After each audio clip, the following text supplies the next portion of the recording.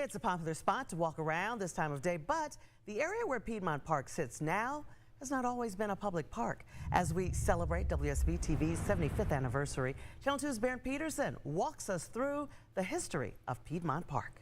It sits in the shadow of the Atlanta city skyline, bordered by Piedmont Avenue on one side, Monroe Drive on the other, 10th Street to the south. Piedmont Park is the green heart of Atlanta. You are standing on the steps of history everywhere you walk. Courtney Bugler is with the Park Conservancy, the stewards. Here we are at Blake Reeves, the storyteller. The beginning predates the city itself, all the way back to 1821. It is purely a farm. This was the original 202-acre plot that was given away by the state of Georgia, and it was a family farm. 20 years after the end of the Civil War, as a new South was rising, the land was sold and became home to what would later be called the Piedmont Driving Club, the horse and buggy kind of driving. And in 1895, a World's Fair, the Cotton States and International Exposition, attracted 800,000 visitors from every corner of the globe. The grand entrance still stands. A tropical garden constructed for the fair became the Atlanta Botanical Garden. Shortly after the turn of the century, the field hosted what has become the oldest college football rivalry in the South, Georgia